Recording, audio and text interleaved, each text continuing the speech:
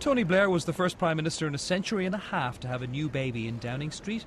He also introduced paternity leave into Britain, allowing dads time off work to spend with their new children.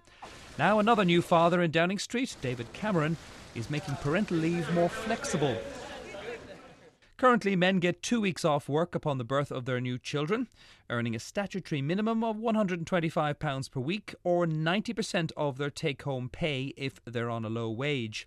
From today, new dads can take up to 26 weeks off work, getting a slightly higher weekly allowance but for a much longer period. That assumes, though, that the mother has returned to work before using up all 39 weeks of her maternity leave, meaning dad can stay at home and receive her maternity pay instead. Although welcomed, some campaigners say these measures don't go far enough. At the moment, I think it's an excellent idea that it applies to both mothers and fathers. I mean, that's something that should have been addressed a long time ago. But then you've got fathers who can't see their children at all. They're not going to be going and asking the small businessman if they can then have time off for paternity leave. They just don't sit well with the current economic conditions and the situation that the vast majority of businesses and, frankly, employees find themselves in.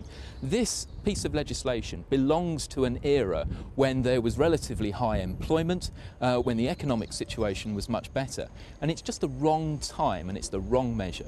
When it comes to parental leave, Britain actually lags behind most of its European neighbours, and indeed the European Parliament has plans to raise the bar for everyone.